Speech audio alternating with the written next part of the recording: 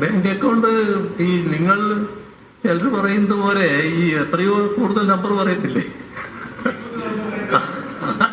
ആ നമ്പറൊന്നും വീണയുടെ അല്ല.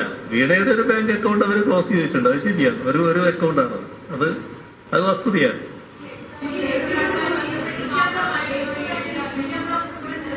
എന്നോടൊന്നും ചോദിക്കുന്ന കണ്ടില്ല, ഞാൻ അവിടെ ഉണ്ടായിരുന്നു എന്ന് മാത്രം. എന്നോടൊന്നും ചോദിക്കുന്ന കണ്ടില്ല, ഞാൻ അവിടെ ഉണ്ടായിരുന്നു എന്ന് മാത്രം.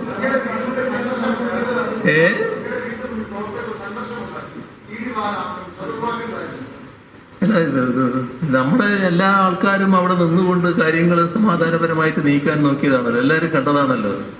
എന്താണ് പൊതു സമീപനമെന്ന് അതിലൂടെ വ്യക്തമാണല്ലോ. അത്ര ശാന്തമായിട്ടാണ് ആളുകൾ ഇരുന്ന്, എല്ലാ സ്ഥലത്തും ആളുകൾ ശാന്തമായിട്ടാണല്ലോ പ്രതികരിച്ചത്. ആ നിലക്കേ പോയി. ശരി, ഇനി ബാക്കി പിന്നെ പറയാം നമുക്ക്.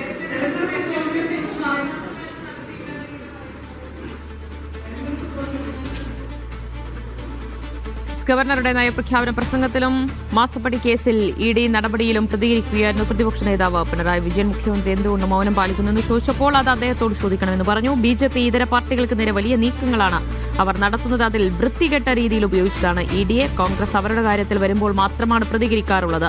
കേജ്രിവാളിനെതിരെ കേസെടുക്കാത്തത് എന്താണ് എന്ന് ചോദിച്ചു.